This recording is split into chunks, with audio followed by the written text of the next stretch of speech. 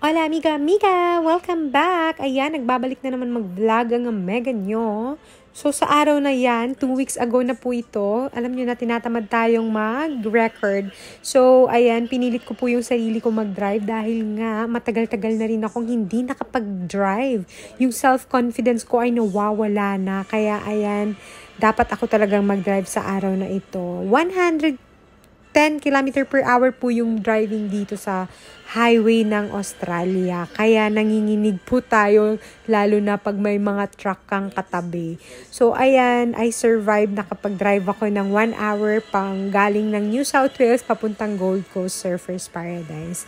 So ayan, nandito na kami sa Surfers at naghahanap na ako kung saan ako pwede makapag-parking dahil nga napaka-busy, maraming sasakyan dito. So, ayan, naglalakad na kami papunta dun sa building kung saan ang office na pupuntahan namin. At, syempre, hindi mawawala yung aura-aura natin. Inutusan ko si Habi na videohan ako habang naglalakad. So, ayan, nandito na ako sa office. Si Habi munang nauna, while nag-aantay. Aura-aura naman ulit tayo. So, ayan. Natapos na nga yung aming appointment, kaya lumabas na kami dito sa building. Wala kaming gagawin sa araw na yan, kaya naglakad-lakad kami dito sa Surfers Paradise. Sobrang init dahil summer na po dito. So, ayan. Gustong-gusto ko tanggalin yung aking blazer, kaso nahirapan ako, kaya wag na lang. Ayan, napakaraming naliligo dito sa beach. Sabi ko kay Habi, nakakatakot naman at baka may shark. Kasi uso yung shark dito sa Australia, wildlife dito sa Australia, napakarami. Pupunta kami doon sa tawiran dahil kakain kami ng isaw. Gusto kumain ni Habi ng isaw at gusto ko rin kumain ng paan ng manok. So, ayan, nandito na kami. Ayan, Usok Filipino Grilled Shop.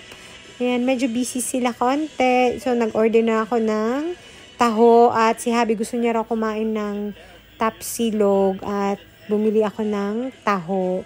So, ayan, nag-aantay na kami ng aming pagkain. Medyo matagal nga lang siya. So, mabilisang kain lang rin dahil snack lang naman to. Ayan, naubos ko na nga yan lahat. At si Habi kumain ng kanin dahil nagutom. Dumaan rin ako dito sa MAC shop dahil nga ubos na yung aking concealer. Ito naman si ate ay napakatagal na hanap yung aking shade na gusto. So, ayan, salamat ate at natapos mo na rin nahanap yung shade na gusto ko. So, ayan, pauwi na kami. So, si Habi na yung pinadrive ko kasi matutulog ako. Thanks for watching. Bye!